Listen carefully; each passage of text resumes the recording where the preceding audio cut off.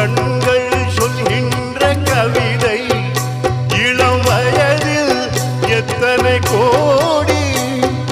கண்கள் சொல்கின்ற கவிதை இளம் வயதில் எத்தனை கோடி. என்றும் காதலை கொண்டாடும் காவியமே புதுமை மலரும் இனிமை. அந்த மயக்கத்தில் இணைவது உறவுக்கு பெருமை.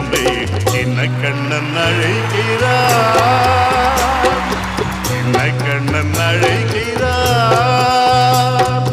ராதையை போதையை அவள் மனம் கொண்ட ரகசிய ராகத்தை பாடி சின்ன கண்ணன் அழைக்கிறார்.